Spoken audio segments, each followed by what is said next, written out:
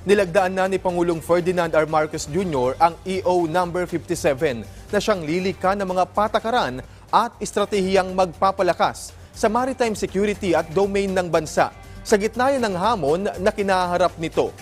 Narito ang ulat. Pagpapalakas sa Philippine maritime security at maritime domain awareness ng mga Pilipino sa gitna ng agresibong aksyon ng China sa West Philippine Sea. Ito ang layunin ng paglagda ni Pangulong Ferdinand R. Marcos Jr. sa Executive Order number 57. Sa 6 na pahinang EO 57, binigyang diin ni Pangulong Marcos ang pangailangan nito, lalo't may hamon sa territorial integrity ng bansa at sa peaceful existence sa mga Pilipino o yung malayo sa anumang banta o karahasan. Sabi ng Pangulo, kailangan ng mga Pilipino ang usapin ng maritime security and domain dahil tungkol ito sa national security, soberanya, sovereign rights at maritime jurisdiction sa extensive maritime zones.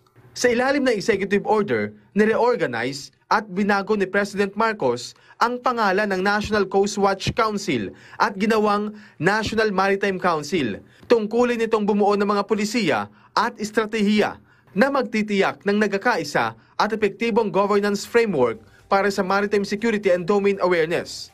Inatasan ng Pangulo ang NMC na pinamumunuan na Executive Secretary Lucas Bersamin na mag-issue ng guidelines para sa epektibong pagpapatupad ng EO 57 sa loob ng 60 days mula sa effectivity nito. Miyembro ng NMC ang mga kalihim ng Defense Department, National Security Advisor, Agriculture Department, Energy Department, DNR at Foreign Affairs Department.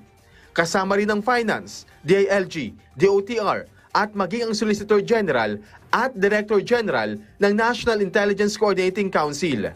Ang NCWC Secretariat naman na ginawa ng Presidential Office for Maritime Concerns ay naatasang magbigay ng consultative, mag-research at technical services sa NMC. Titiyakin din nila ang implementasyon ng konseho.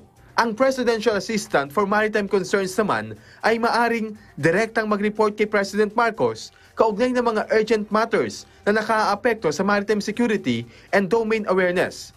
Habang ang National Maritime Center na tinatawag noong National Coast Watch Center ay naatasang ipatupad ang maritime security operations.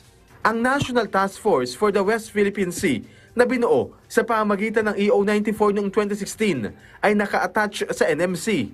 Tatanggap din ito ng policy guidance mula sa Pangulo. Ang EO 57 ay nilagdaan ni Executive Secretary Bersamin at mag-take effect kapag na-publish na sa Official Gazette o sa dyaryo. Alan Francisco, para sa Pambansang TV sa Bagong Pilipinas.